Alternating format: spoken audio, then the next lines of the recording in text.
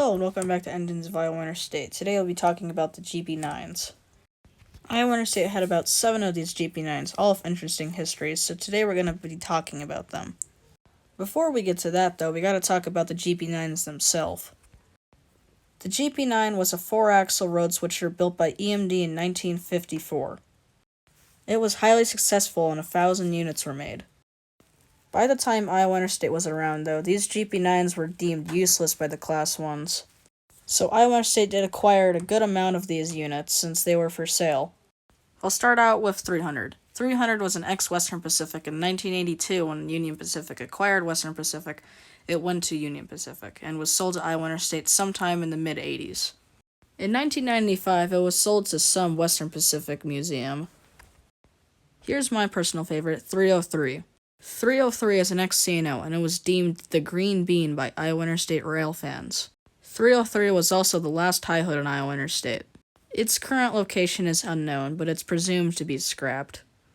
304 was also ex-Western Pacific and worked on the Iowa Interstate until 1987 when the main generator said, "Hans, get the Flammenwerfer!"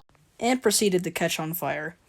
After the fire, it was laid out in Council Bluffs for parts, but we'll come back to that later. 306 was also ex-Western Pacific, and along with 300 went to the Western Pacific Museum or something. 306 also has a cool video.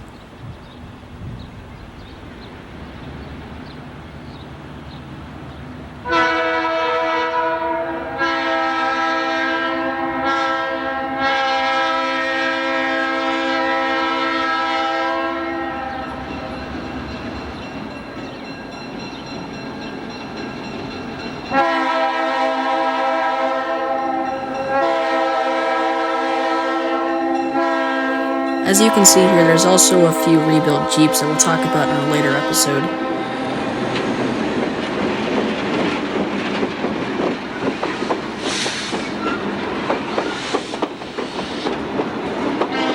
Not much is known about 38 since it was scrapped from a wreck, but we do know that it's ex-Western Pacific.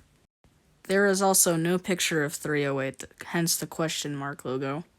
309 is ex-Wabash. Now, you remember how I was talking about 304 was used for parts?